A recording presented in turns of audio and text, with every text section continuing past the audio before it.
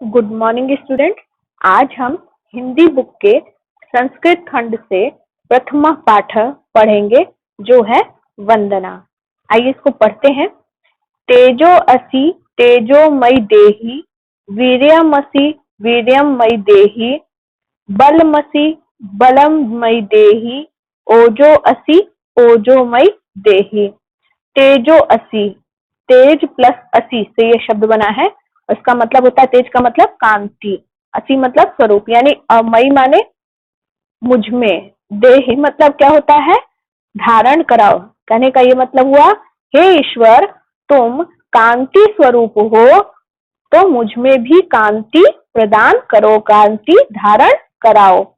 वीर्यमसि वीर्यमयि देहि, वीर का मतलब होता है पराक्रम, तो तुम पराक्रम स्वरूप हो तो मुझे भी पराक्रम धारण कराओ। बलमसि बलमयि देहि, बलवान हो, बलवान स्वरूप हो तो मुझे बल प्रदान करो, बल धारण कराओ।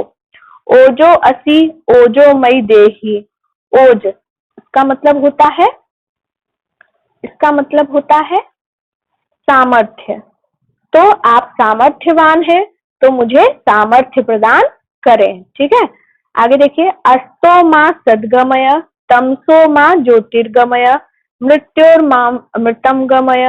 ये तो आपने बहुत बार सुना होगा।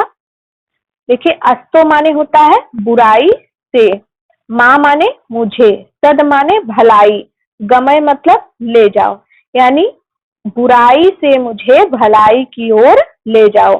तमसो मां ज्योतिर्गमय, तमसो माने होता है अंधकार, ज्योति मतलब होता है प्रकाश, तो अंधकार से मुझे प्रकाश की ओर ले जाओ। अंधकार यहाँ पर अज्ञानता का प्रतीक है और ज्योति यानी प्रकाश इसका प्रतीक है ज्ञान का। तो ये कहने का मतलब मुझे अंधकार रूपी अज्ञानता के से आप ज्ञान रूपी प्रकाश की ओर ले जाइए। मृत्योर्मां मृतम गमय, अर्थात मृत्यु मतलब मृत्यु से, अमृतम मतलब अमृतत्व की ओर, मृत्यु से मुझे अमृत की ओर ले चलिए। यतो यतः समीहते ततो नो अभयम कुरु, सन्नः कुरु प्रजाभ्यो अभयम न पशुभ्य। देखिए, ये जो अब ये यहाँ पर आप एस देख रहे होंगे, एस के आकार का बना है, यहाँ पे बना है, इसे संस्कृत में अ पढ़ते हैं। क्या पढ़ते हैं इसे संस्कृत में? इसे संस्कृत में अ पढ़ते हैं। तो यतो यतः, यतो यतः का मतलब होता है जिस जिस से, यतो यतो का मतलब क्या होता है, जिस जिस से। समीह से का मतलब होता है चाहते हो, जिस जिस से चाहते हो।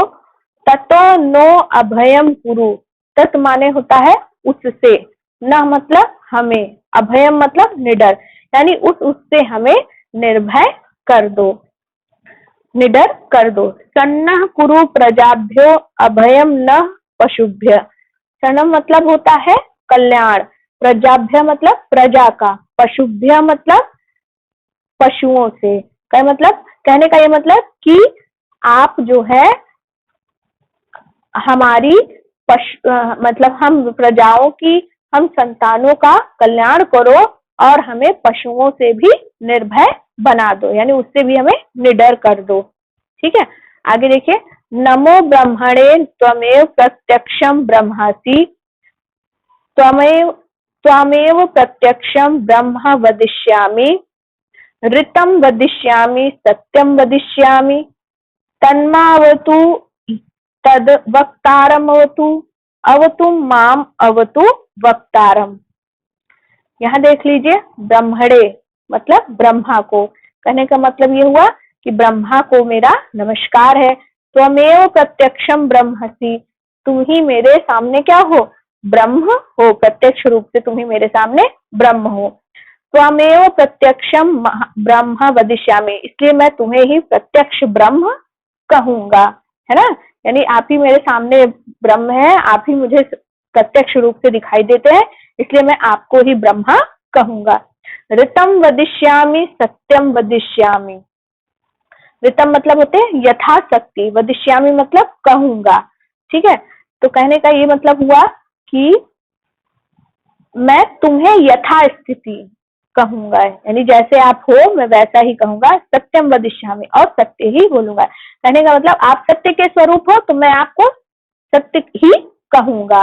ठीक है।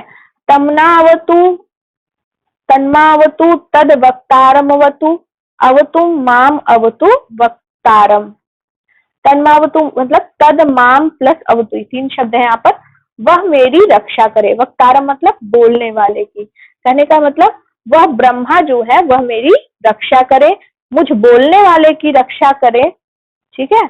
और जो भी ब्रह्मा की स्तुति करता है उन सब की रक्षा करे। सत्यम व्रतम सत्यम परम त्रिसत्यम, सत्यस्य योनिम निहितम च सत्ये, सत्यस्य सत्यम वित सत्यम नेत्रम, सत्यात्मकम त्वाम शरणम प्रपन्नाः।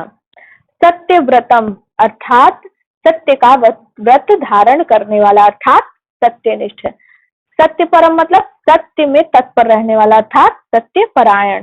त्रिसत्य मतलब त्रिकाल, त्रिकाल में, यानी त्रिकाल मतलब होता है भूत भविष्य वर्तमान में जो सत्य है। ठीक है। पृथ्वी आकाश आदि जो पंच महाभूत है वे। ठीक है। सत्यस्य योनिम निहितिम च सत्य। देखिए पहले इसका यहाँ पर समझिएगा। हे ईश्वर, तुम सत्य का व्रत धारण करने अर्थात सत्य निष्ठ हो। तुम सत्य में परायण हो, अर्थात क्या हो? सत्य परायण हो। तुम क्या हो? तुम वर्तमान भूत और भविष्य त्रिकाल में सत्य हो, अर्थात त्रिसत्य हो। सत्यस्य योनि, योनि माने क्या होता है? योनि माने होता है उत्पत्ति का स्थान। ठीक है। कहने का ये मतलब तुम सत्य को उत्पन्न करने वाले हो और सत्य में स्थित रहने वाले हो। निहितम च सत्यम, और सत्य में ही निहित रहने वाले अर्थात स्थित रहने वाले हो। सत्यस्य सत्यम ऋतम सत्य नेत्रम, इसका ये मतलब हुआ सत्य से सत्य मतलब पंच महाभूतों के नाश होने पर भी सत्य। ऋत सत्य नेत्रम का मतलब हुआ यथार्थ सत्य के नेत्र वाले, यानी प्रवर्तक। प्रपन्ना मतलब होता है प्राप्त हुए। ठीक है। तो ये कह रहा है कि तुम यथार्थ सत्य के प्रवर्तक हो, अर्थात यथार्थ सत्य को दिखाने वाले हो। ऋतम माने यथार्थ होगा। सत्या सत्यमकम सत्वाम शरणम प्रपन्ना, इसका मतलब है तुम सत्य स्वरूप हो ईश्वर, हम तुम्हारे शरण को प्राप्त हुए हैं, अर्थात हम तुम्हारी शरण में आए हैं। प्रपन्ना मतलब प्राप्त हुए हैं।